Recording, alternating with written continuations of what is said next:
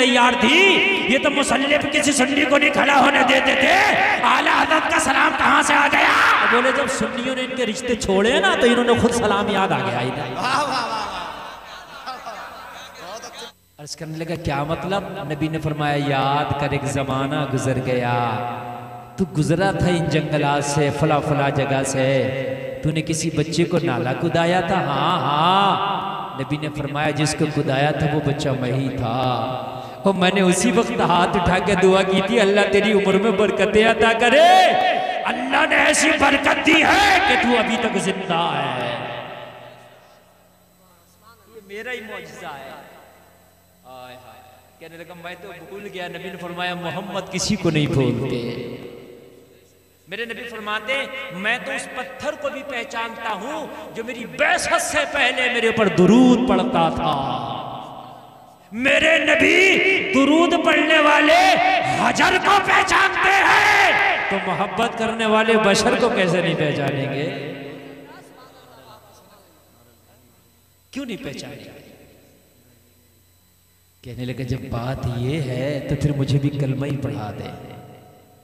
रतन हिंदी कलमा पढ़ लिया और कलमा पढ़ के दाखिल इस्लाम हो गया, और फिर दाखिल इस्लाम होने के बाद काफ़ी अरसा नबी की खिदमत में रहे, नबी की खिदमत अंजाम देते रहे, कई जंगों में शिरकत की। उसके बाद वापस इंडिया तशरीफ़ ले आए। दुआ देखें 100 साल नहीं जिए, 200 साल नहीं जिए, 300 नहीं, 400 नहीं, 500 नहीं, 600 नहीं, रतन हिंदी ने 700 साल की उम्र पाई। कितने साल की पाई भाइयों? 700 साल की उम्र पाई। आज भी उनका मज़ार शरीफ भटिंडा पंजाब में है, कभी जाना हो तो जाके देख लेना। ये है मेरे नबी की बरकतें। अरे दुनिया की क्या तरक्की है, ये इंसान को एक सांस नहीं दे सकती। मेरे नबी दुआ कर दे तो जिंदगी 700 साल की हो जाए। नारे तकबीर, नारे रिसालत, नारे रिसालत। मसलाके आला हजरत, मसलाके आला हजरत हजरत मुफ्ती गुलफाम रजा हसानी। नारे तकबीर। मेरे नबी दुआ कर दे तो उम्र 700 साल हो जाए। बोलो ना यार सुभान अल्लाह। ओ मेरे भाइयों कान खोल के सुन लो, ये जवानी जो है अल्लाह ने तुम्हें अता की है। तुम कहते हो जवानी दीवानी होती है, मैं भी मानता हूँ जवानी दीवानी होती है, मगर इस जवानी को गाड़ी या फोन का दीवाना ना बनाओ, इस जवानी को दुनिया का दीवाना ना बनाओ। ए नौजवानों, अगर तेरी जवानी दीवानी हो तो मुस्तफा की दीवानी हो जाए, तेरा काम हो जाए। तेरी जवानी अगर दीवानी हो तो मुस्तफा की मोहब्बत की दीवानी हो जाए। जमाना कहता जवानी दीवानी, मैं भी मानता हूं जवानी दीवानी, मैं भी मानता हूं। बिलाल ने सर चढ़ के कहा था जवानी दीवानी। उमैया कोड़ा मार रहा था, अब तो नबी का कलमा पढ़ना छोड़ दो। कहा कैसे छोड़ दूं? दीवानगी जो मुस्तफा से हो गई है, इस दिल में मोहब्बत जो मदीन मुस्तफा की बस गई है। ओ लोगों कान खोल के सुनो, ये जो जवानी है इसे दुनिया के हवाले करके ना जाना, अगर जाना है तो मुस्तफा की मोहब्बत के हवाले करके। वाह वाह, जिंदाबाद जिंदाबाद, बहुत अच्छा दर्द। और मुस्तफा से मोहब्बत कैसी होती है ये भी सुन लीजिए, वो भी मैं आपको बता रहा हूं मोहब्बत कैसी होती है। समझो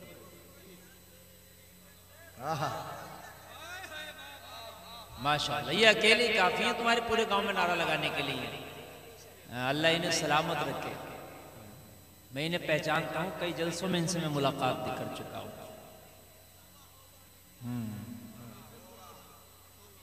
अल्लाह सलामत रखे। मेरे भाइयों, मोहब्बत किसे कहते हैं सुन लीजिए। मोहब्बत खाली इसका नाम नहीं कि फूलों की तुमने फातहा दिला दी, बहुत अच्छे से 2000 के मगजियात ला के कीमती बढ़िया पूरी बना ली, कीमा बना के महल्ले वालों खिला दी। ओ भाई मैं तो बहुत पक्का सुननी हूँ। नहीं अच्छी बात है, मुस्तहब काम है, ठीक है भाई कर ले।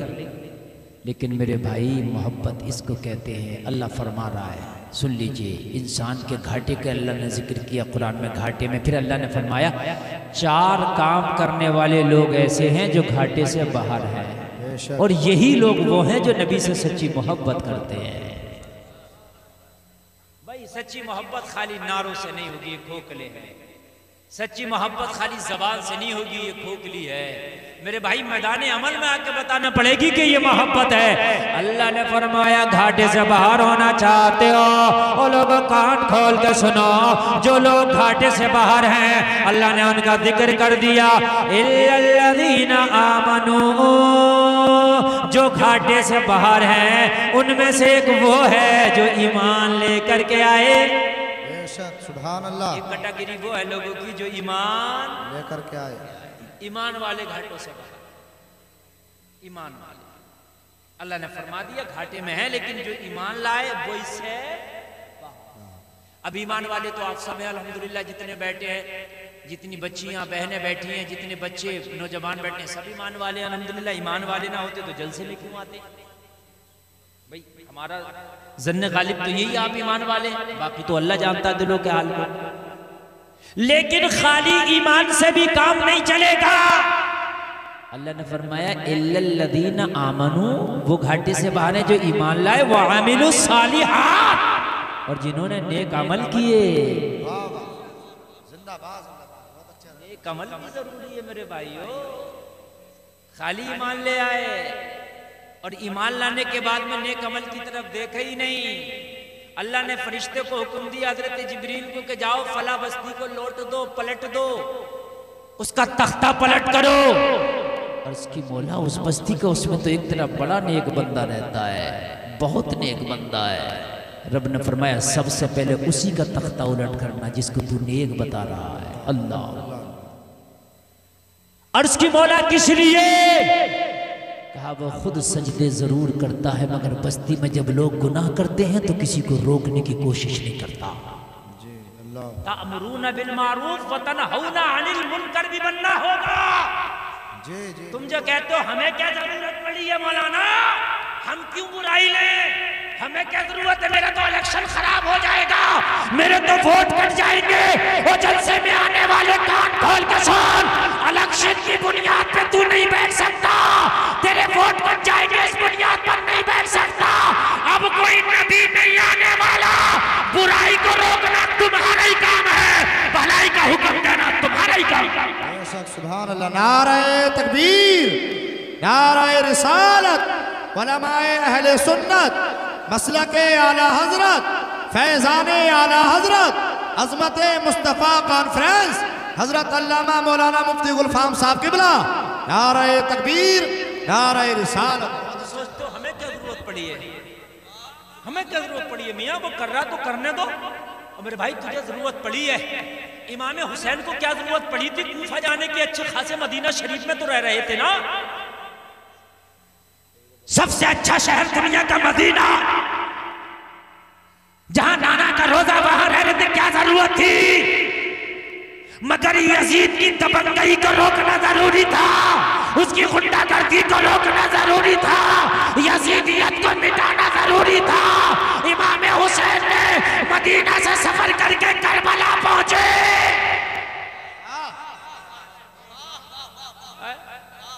और तेरी बस्ती में हराम काम हो रहा, तू कहता मुझे क्या जरूरत पड़ रही, और नारा लगाता हुसैन का दामन नहीं छोड़ेंगे। ये कौन सा दामन पकड़ा तूने भाई? तू समझता खाली मौलवी का काम है?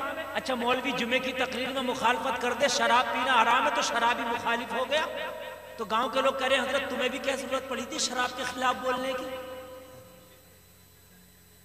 गरीब आ गया चक्कर में, एक कमजोर ईमान बेचारा, उसकी हैसियत कितनी सी है, उसने बोल दी, आ गया बेचारा चक्कर में। और तुम्हारा ईमान तो इतना पुख्ता, तुम तो खड़े होकर कहते हो मियां तुमने तो तफरका पैदा कर दिया।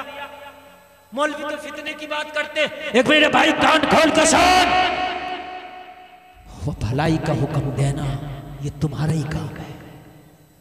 अगर कोई डांस पार्टी शादी में कर रहा है तो ज्यादा कुछ तो नहीं कर सकता, मगर इतना जरूर कर ले, अगर उसने नहीं मानी ना डांस पार्टी नचाने से, मत मान, उसकी बारात में ना जाओ। बहुत अच्छा माशाल्लाह, वाह। उसकी बारात में ना जाओ, सिर्फ इतना कहना, मैं ज्यादा नहीं कह रहा। मौलाना असनाद साहब, कारी एहसान साहब तो ये स्टेज पे बैठ के मुखालफत करेंगे, मगर तू स्टेज पे बोलने के काबिल नहीं है, मैं मानता हूँ। तकरीर नहीं करता, मैं मानता हूँ। तू सोचता होगा यार मैं भी मुफ्ती इस्माइल होता तो ऐलान कर देता, फतवा लगा देता कि ये इसके यहाँ खाना पीना हराम। चल बात ये था, जो नहीं है वो तो नहीं है, मगर जो है उतना तो कर ले, जो है वो तो कर ले। बारात में ना जाओ उसको। अगर खुदा की कसम ऐसे हम करने लग जाए ना, तो मैं गारंटी देता हूं कि मौलवियों के मना करने की जरूरत नहीं है, खुद ही रुक जाएगा। एक बात बताऊं मैं आपको, आपको यकीन ना आए। एक गांव इंटरपुर मैक से हटा के बोल रहा हूं, ये इसमें लालपुर के पास, कादली के पास। हाँ, अब मैं आपको बताऊं, गांव का नाम मैंने बता दिया, अब बात पूरी बताऊं मैं आपको। उस गांव में वहाबी हैं सब नहीं, तकरीबन है 80%। मेरा आना जाना उस गांव में बहुत करीब है। मैंने कहा भाई बात यह है, जो 20% सुन्नी है, तुम कैसे सुन्नी हो? तुम्हारा एक इमाम भी सुन्नी नहीं, तुम कहते हो हम सुन्नी है, कम से कम किसी मस्जिद में इमाम ही सुन्नी ले आओ। वो कहते हैं हम सुन्नी है, नमाज उन्हीं के पीछे पढ़ रहे हैं। कुल मिला के बात हुई, उस गांव के हो गए रिश्ते बंद, बहुत से टूट गए। और जब टूटे और छूटे और फूटे, परेशान हुए, तो अब उस मस्जिद में उनकी, जिसमें देवबंदी इमाम है, यार एक दिन मेरे पास फोन आया, बोले हजरत यहाँ तो मुस्तफा जाने रहमत अल्लाह को सलाम हो रहा। वाह खुदा। तो मैंने कहा हाजी जी ऐसा नहीं हो सकता। बोले हजरत ऐसा ही हो रहा है।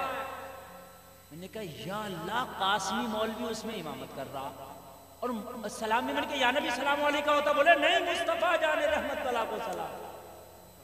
मैंने कहा अच्छा सुबह को सुनाना, फजर में आ रहा फिर हाजी जी का हैंड फ्री करके, बोले लो सुनो। बा खुदा उस मस्जिद में हो रहा, मुस्तफा जाने रहमत अल्लाह को सलाम। मैंने कहा हाजी जी यहाँ तो गोली